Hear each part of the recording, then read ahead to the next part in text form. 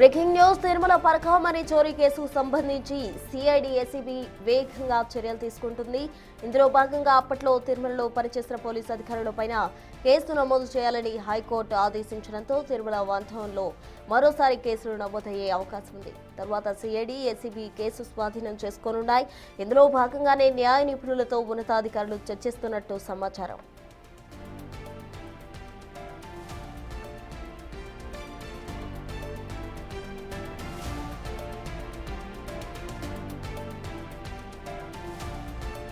గతంలో కేసు నమోదు చేసిన లక్ష్మీరెడ్డితో పాటు అప్పట్లో two town CI Chandrasekhar, CI Jaganmohan రెడ్డిల ఆస్తుల వివరాలు కూడా ఇవ్వాలని హైకోర్టు ఆదేశించినట్టు సమాచారం. మరోవైపు ఈ వన్ టౌన్ సీఐగా మొన్నటి వరకు పనిచేసిన విజయ్ కుమార్ ఫైళ్లు మాయం చేశారని, ఆయనపైన కూడా కేసు పెడతారా లేకపోతే చర్యలు తీసుకుంటారన్నది తేలాల్సి ఉంది.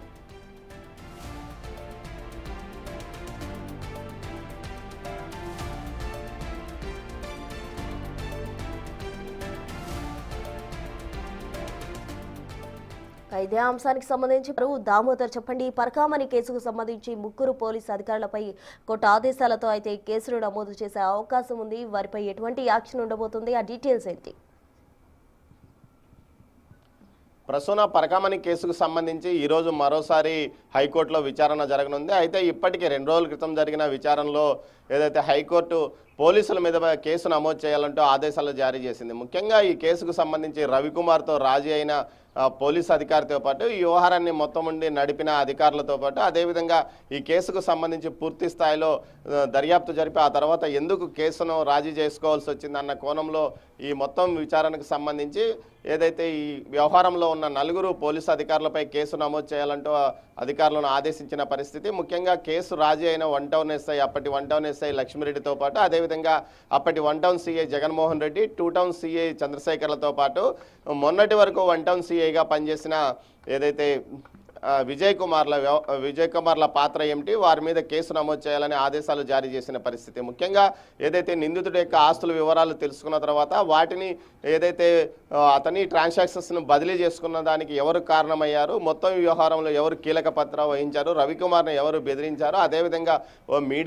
మీడియా వారిపైన కేసులు నమోదు చేసిన పరిస్థితి, ఎందుకు కేసులు పెట్టాల్సి వచ్చింది, ఈ కోణం మొత్తాన్ని దర్యాప్తు చేసి ఇందులో కేసులు నమోదు చేయాలంటూ సిఐడితో పాటు ఏసీబీ అధికారులను ఆదేశించింది. ఏసీబీ అధికారులకు ఏదైతే పోలీసు అధికారుల యొక్క ఆస్తుల వివరాలను పూర్తి స్థాయిలో తెలుసుకొని వారి మీద కేసులు నమోదు చేయాలంటూ చెప్పగా, అదేవిధంగా ఈ కేసుకు సంబంధించి పూర్తి స్థాయిలో కేసు నమోదు చేయాలంటూ సిఐడిని ఆదేశించింది. అయితే ముందుగా మరోసారి ఇప్పటికే లోక్ అదాలత్లో కేసు నమోదు కావడము, రవికుమార్ పరకామణి చోరీ ఇష్యూ పైన, ఆ తర్వాత లోక్ అదాలత్లో రాజీ అయిన విషయంలో ఇది ఇప్పటికే హైకోర్టులో పెండింగ్లో ఉన్నందువల్ల మరోసారి కొత్త కేసును నమోదు చేయాలంటూ హైకోర్టు ఆదేశించినట్లు తెలుస్తుంది. దీంతో పాటు అప్పట్లో ఉన్న ఏదైతే ఎస్పీ, ప్రస్తుతం సిఐడి ఎస్పీగా ఉన్న పరమేశ్వర్ రెడ్డి, అదేవిధంగా సివిఎండ్ఎస్ఓగా ఉన్న నరసింహకిషోర్, ప్రస్తుతం ఆయన కూడా కోస్తా జిల్లాలో ఎస్పీగా పనిచేస్తున్నారు. వీరిద్దరి పాత్ర ఏమిటి అన్న కోణంలో కూడా విచారణ కొనసాగిన నేపథ్యంలో వీరి మీద కూడా ఏదైనా చర్య తీసుకునే అవకాశం ఉందా, మొత్తం లేకపోతే అప్పట్లో పనిచేసిన తిరుమల తిరుపతిలో పనిచేసిన పోలీసు అధికారులతో పాటు పోలీస్ సిబ్బంది పైన కూడా కేసు నమోదయ్యే అవకాశం ఉందా అన్న విషయంలో కూడా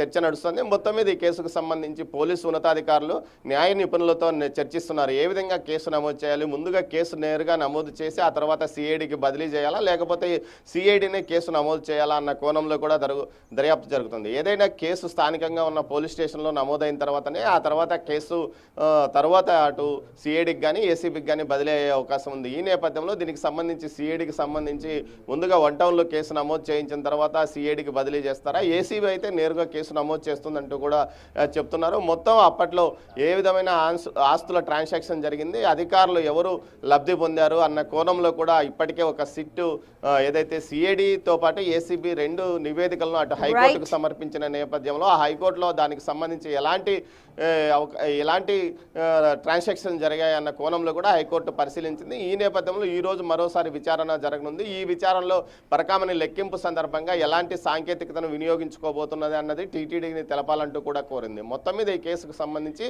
పోలీసు అధికారుల పాత్రపై కేసులు నమోదు చేయాలన్న హైకోర్టు ఆదేశాలు ఎప్పట్లోగా అమలు అవుతాయి, ఎప్పటి కేసు నమోదు చేస్తారా అన్న విషయం ఇప్పుడు సస్పెన్షన్గా మారింది. అదేవిధంగా ఎవరి మీద కేసులు నమోదవుతాయన్నది పెద్ద ఎత్తున చర్చగా నడుస్తుంది ప్రస్తుతం. Right, thank you Damodar.